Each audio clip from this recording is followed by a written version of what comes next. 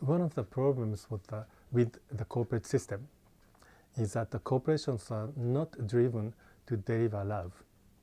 They are driven to make profit. And in the stark contrast to this profit-minded, just money-oriented organization, we have household. Everybody grew up in a household. And usually household is synonym to family. Like without your parents taking care of you as an infant, like when you are born, you're just crying baby, and somebody got feed you, and somebody did, and as a result we exist. So that kind of a love and then care is the stark contrast to the corporate mindset. And to me, the cooperatives, particularly solidarity cooperatives, is a representation of the alternative to the corporations, accompanying or like embodying the vision of the household care or family love in a way. But institutionally speaking, we need to trace the development of the cooperatives too.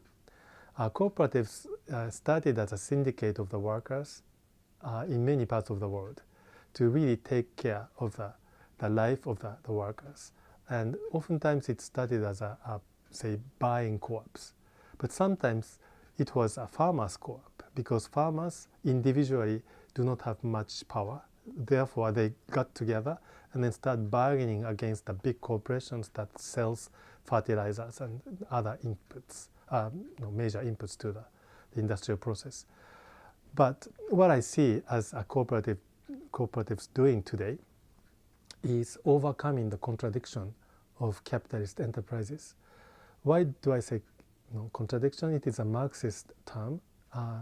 Contradiction exists when there is a separation in all sorts of meanings. Like if you grow your food at home and then process it and eat by yourself, then there is no separation. But once you start buying the food and even you process it at home, then this production of the original material is separated from you. And if you buy already cooked meals, then I think separation is much deeper, because you're not even engaging in the processing of the food. So cooperatives are the ways of overcoming this separation. Why? Well, the biggest separation that we suffer today is that the majority of us are not owners of the corporations. Corporate stocks are owned by shareholders. And who are they? They are the rich people of the world who can invest. And these people are not concerned about your welfare. They are concerned about their return on investment.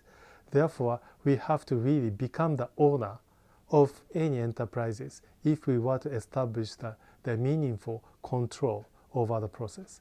So cooperatives is a way of people putting a little money together to become the shareholder. We don't call it share. Why? Because it is not sellable in the market.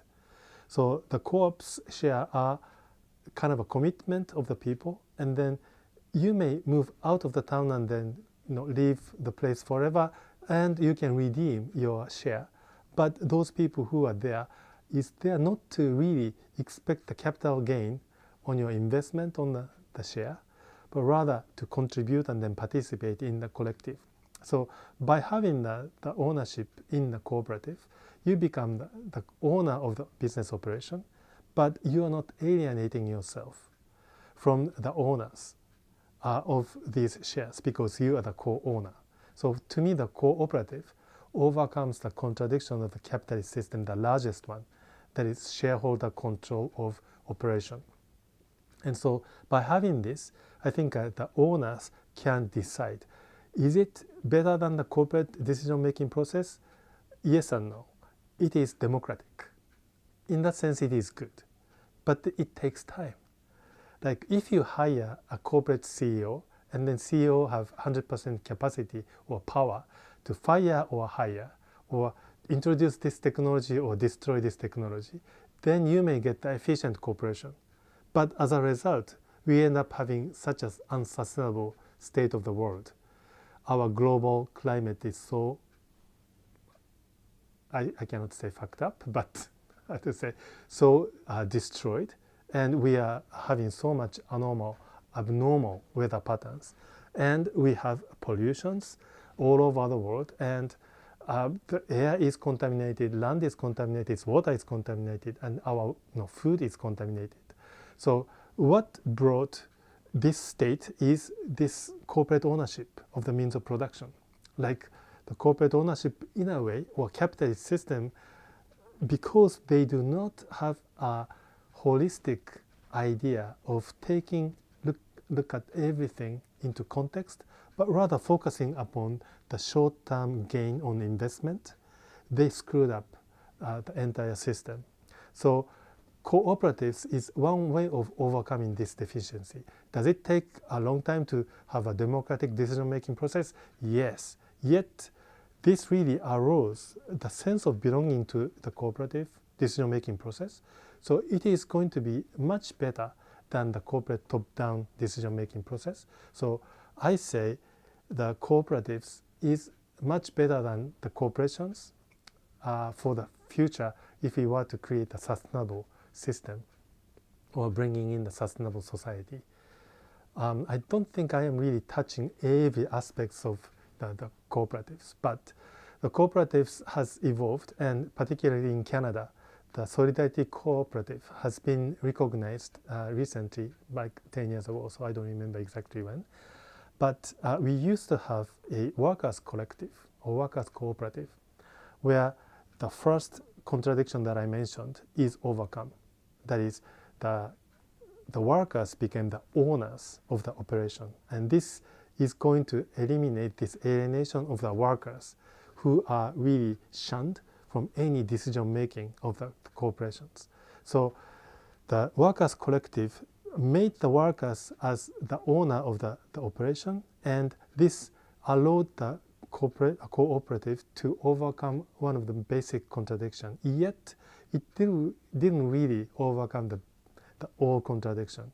That is, workers' collective, workers' cooperative has to make profit or has to make sufficient revenue to cover the cost. To make the revenue, they have to sell the produce, the products, to the people who are not members of the collective. So collective members are the workers. So they have to sell their products to outsiders. And this is a source of alienation.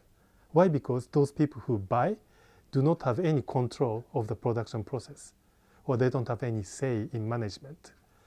So Solidarity Co-op was developed or created to overcome this contradiction. Now the users and those who are supporting the operation have a say in decision-making process. So by overcoming the contradiction of the alienation or the separation of the users and producers, Solidarity Cooperative brings a new form of collective. To me, this solves several aspects of the alienation or the separations. And right now, as it stands today, this is one of the best form of replacing the capitalist enterprises. It is superior to a workers' cooperative in a way, but you may say that by expanding the participants in decision-making process, it becomes convoluted and then the decision takes a long time. Yes, it does. But then we created the system of electing the board members and then delegating the day-to-day decision-making to the board. And then board may hire somebody to manage the operation. And then the manager is responsible to the board, therefore to the entire membership. And by creating such a structure, we can have a much better organization. Like, we are not really hiring one dictator to really dominate the entire thing and then bring in something lousy that is harmful to the population. No, we have the control over the production process, we have a control over the product itself, and we have a control over a good practice of labor management. I think these are possible in the Solidarity Cooperative. So I think this is the latest kind of evolution of the ideal alternative to capitalist enterprise. It may evolve further in the future, by creating the solidarity of the solidarity cooperatives, and then creating the different governance structure to really address the stakeholders who could have been in the decision-making process, but they weren't. For example, how about Aboriginal communities?